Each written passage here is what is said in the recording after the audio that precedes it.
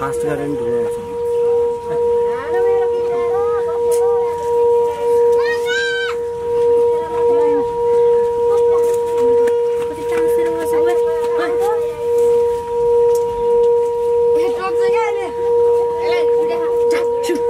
त्यति हो कि भन्दा नि ठुलो आउँछ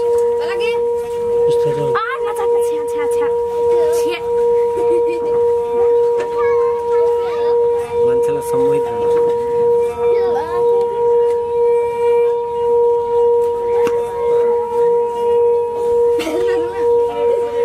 खम्ब लामा हो अनि म पहिला 6 वर्षदेखि लामा बसेर काठमाडौँमा 30 वर्ष बसेँ काठमाडौँ छाउनी अस्पताल गुम्बामा म पहिला एकदम गुम्बाको एकदम चर्को एकदम फेमस छ हाम्रो गुम्बा पनि पब्लिकलाई गरिब मान्छेलाई हामीले सहयोग गर्छौँ अनि किन हस्पिटलमा आगो बन्छ नेपाली डाक्टर सबै हामीले बिहान 6 बजेदेखि अनि 9-10 बजेसम्म हामीले टिकट व्यवस्था गर्छौँ सर अनि हामीले यो छ नि मैले तपाईको हेरे है यो तपाईले यो अलिकति देखाइदिनु यसरी हातले देखाइदिन्छ तपाईले यो चाहिँ तपाईको यो तिब्बतीन सामान हो यो चाहिँ तिब्बतीन हो हाम्रो खास पनि तिब्बतीन भन्ने अब भनौँ न तिब्बतबाट अब कोही तिब्बतबाट लिएर आउँछु कोही काठमाडौँबाट लिएर आउँछु हामी व्यापारलाई के हेर्ने भने यो व्यापार चाहिँ एकदम अधुरो भयो कि हामी नेपालको मान्छेले नेपाल रगतले नेपाली नागरिकता नपाएर एकदम प्रब्लम भएर हामी नेपाली नागरिकता नपाएर यो व्यवहार गरेको कारण त्यही हो हजुरलाई दाइले अघि कुरा गर्नु हुँदाखेरि चाहिँ हामी चाहिँ नेपाली नै हो तर नेपाली नागरिकता पाएको छैनौँ हामी यस्तो काम गरेर बसिरहेका छौँ हजुर भन्दै हुनुहुन्थ्यो दाइ हजुर मलाई अलिकति बताइदिनु खासमा के भएको नेपाली नागरिकता नदिएको कारण के हो भने हामीलाई अब जन्म नेपालमा अब हामी धेरै म हुर्केको कति वर्ष कति साल थाहा भएन होइन बाउ आमा अब चाइनाबाट लडाइखेर यहाँ नेपाल 1959 यहाँ पोखरामा आएको मुस्ताङ झरेर अनि मेरो महेन्द्र सरकारले हाम्रो नेपालमा सरकारले अनि यहाँ बस्ने दिएको एकदम धेरै धन्यवाद 1959 तपाईको बाउ आमा चाहिँ आउनु भयो अनि बुवा आमाको चाहिँ नागरिकता छ छैन मेरो बाउ आमाको नागरिकता छैन किनभने उहाँ तिब्बतबाट भागेर अब भन्नु न लडाइखेर अब देश अब हुर्किएर आयो देश अर्को देशले खाइदियो चाइनाले खाइदियो अनि कसरी हाम्रो बाध्यता पर्यो छ नेपालमा अब के गर्ने पहिला अब नेपालमा भुटान सरनदी छ होइन भुटान सरनदी देश छ उनीहरू देशमा अर्को देशमा नपठाउने हाम्रो देश नभए देश यस्तै हो तपाईको बोली नै यस्तै मेरो बोली अब किन बोली एकदम आनन्दले बोल्नुस् हैन किन हामीसँग टाइम छ हजुर नातिकन मजाले बोल्दिनुस् हैन नातिनुस् तपाई मलाई थाहा भइसक्यो तपाईले के भन्न खोज्नु भएको हो भन्ने कुरा हैन तपाई भुटानदेखि तपाईको बुवा आमा यहाँ आइसकेपछि तपाईको आमा बुवाले पनि नागरिकता पाउनु भएन चिनिया सरकारसँग त्यो बेला युद्धको क्रममा चाहिँ आमा बुवा यता आउनु भएको थियो र यहाँ आइसकेपछि तपाईँ यतै हुर्किनु भयो हुर्किसकेपछि चाहिँ तपाईँको अहिलेसम्म पनि नागरिकता छैन र यो सामानहरू चाहिँ अहिले हामी यसरी बेच्नु परिरहेछ हामी एउटा व्यापार गर्न पनि पाएको छैनौँ राम्रो भन्ने कुरा चाहिँ तपाईँको है अनि यहाँ के प्रब्लम छ भने अब यहाँ नेपालमा अब प्रब्लम के भने नगरपालिका सबै होस् अब फलफुल अनि चटपटी अनि भनौँ न सबैले नगरपालिका लगत छ हामीले अब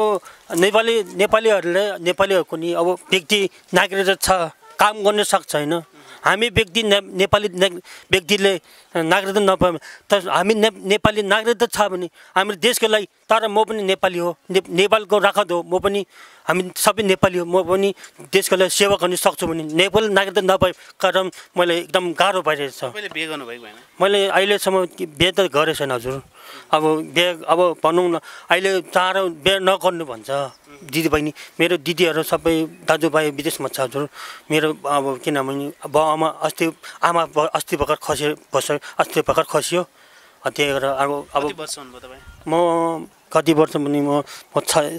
37 हो 37 हो है अझसम्म बे पनि गर्नु भएको छैन मलाई यो तपाईले बताइदिनु यो सामानहरु चाहिँ कहाँबाट ल्याउनु छ यो सामान चाहिँ हाम्रो खास चाहिँ यो कुनै टिबेटबाट लिएर आउँछु कुनै काठमाडौँबाट लिएर आउँछु पाटनबाट लिएर आउँछु पाटनबाट हामी यो हुन्छ कन्ट्याक्ट हुन्छ कोही काठमाडौँबाट पोखरा सामान बेचे हाम्रो क्याम्पमा आउँछ क्याम्पबाट बेच्ने सामान के यो सामान बेचेर तपाईले बाटोमा यसरी बेच्नुहुन्छ हैन कति कमाइ हुन्छ दिनमा अब कहिले एकदम राम्रो 5,000 7,000 8,000 हुन्छ हैन अब भनौँ न कहिले अब कहिले कहिले थोरै थोरै हुन्छ 800 अहिले मैले 800 रुपियाँ व्यापार भयो गोरालाई किनभने तर हामी नेपाली हो तर नेपालको सम्बन्धले हाम्रो एकदम गाह्रो छ नागरिकता नपाइले एकदम प्रब्लम भएर एकदम यो प्रब्लम गरेर मैले हामीले व्यापारीकरण यो उनीहरूले बुझ्ने मान्छेले बुझ्छ हैन तिनीहरूले बुझ्छ कोही पनि नेपाली मान्छे पनि नागरिकता पाए मान्छेले कुनै नेपाली सानो मान्छेले बच्चा मान्छे 15 वर्षले किन्छ हैन नेपाली मान्छेले पनि हाम्रो नेपाल हो एउटा मान्छे हो भने किन्छ हैन एउटा नेपाली ठुलो मान्छेले किन्न सक्ने एकदम महँगो हो भन्छ महँगो तपाईको लेक्चर कुनै मैले अब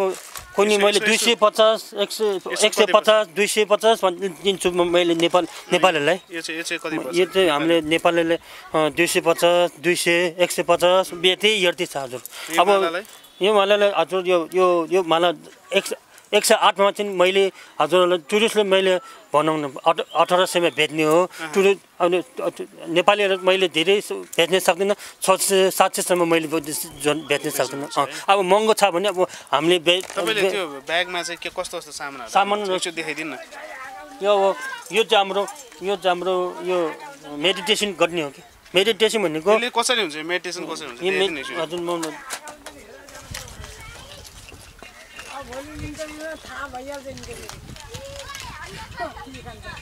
यो अरे हाम्रो पनि पोखरामा हाम्रो लामाहरु छ त्यो त मैले बुझे हजुरले भन्न खोजेको हजुरको जस्तै तपाईले भन्नुभएको कुरा सबै बुझिसके मैले त्यो कुरा म आफै बोलेर भन्दिन्छु ल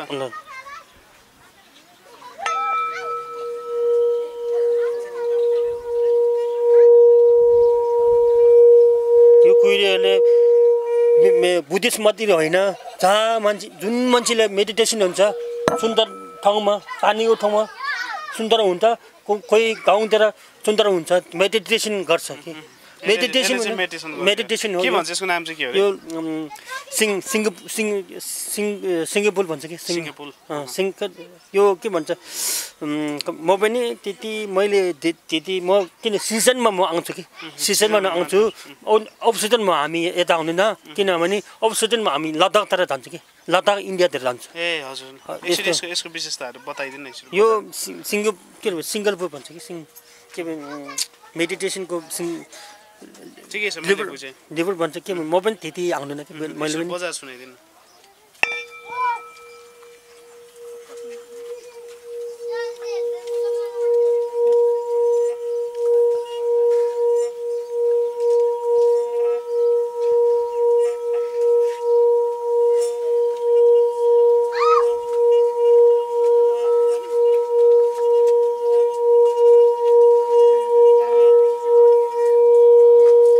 मेडिटेसन हुन्छ मेडिटेसन भन्छ अरु के छ तपाईको यस्तो अलिकति इम्पोर्टेन्ट खतरा सामानहरु के छ खतरा सामान भन्ने थथे यस्तो थोरै हजुर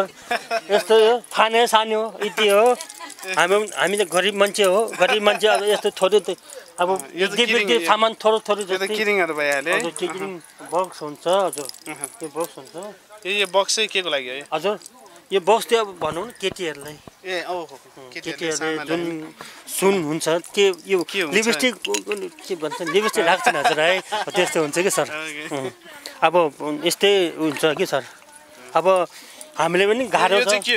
यो चाहिँ हाम्रो यो त यो वज्र जस्तो लाग्यो वज्र हो नि त यो त हजुर यो यस्तै दाइ तपाईको चाहिँ घरतिर हाम्रो स्यो देखाउने कि यस्तो राख्ने ठाउँ भनौँ न तपाईको कोठामा राख्ने यस्तो राख्ने ठाउँ अनि यस्तो किनभने राम्रो यसले चाहिँ के राम्रो गर्छ दोर्चे भन्छ त्यसलाई दोर्चे भन्छ यसलाई दोर्चे सहीमा तपाईको ठुलो छ नि स्टुपमा के हो त्यो यस्तो कि अरु के छ दाइ अरु के छ देखाउनु यो क्यान्डल हो यो क्यान्डल लाइट भने यस्तो कि तपाईको म देखाउँ तपाईलाई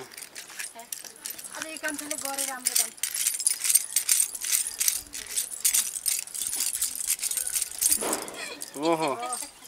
यसमा चाहिँ के राख्ने हो यो चाहिँ क्यान्डल भनेको मनपति राख्ने ठाउँ क्यान्डल राख्ने यहाँ माथि क्यान्डल राख्ने है ओहो यसको कति पर्छ यो चाहिँ अब हेर्दै हुन्छ तपाईको कोही डलर खान्छ कोही युरोप खान्छ कोही नेपाली कति रुपियाँ खान्छ हामीले भन्न सक्दैन सर। अरू के छ तपाईँले त रमाइलो कुरा देखाउनु भयो हेर्न मन लाग्यो मलाई। अरू के छ सामान सिक्नुहोस् त्यही ब्यागबाट यो चाहिँ कपालमा राख्ने होइन। दिदी पनि यतै आउनुहोस् दिदी गफ गरौँ। धेरै सामान छैन त्यही हो यति हो ल हुन्छ धेरै धन्यवाद छ दाइ तपाईँको व्यापार अझै राम्रो होस् है। तपाईँको कुरा मैले बुझेँ तपाईँले न्याय पाउनुहुन्छ मलाई नम्बर मात्रै मोबाइल छैन दाजु हो र यत्रो व्यापार गर्नुहुन्छ म यहीँ बेच्छु सर म यहीँ बेच्छु।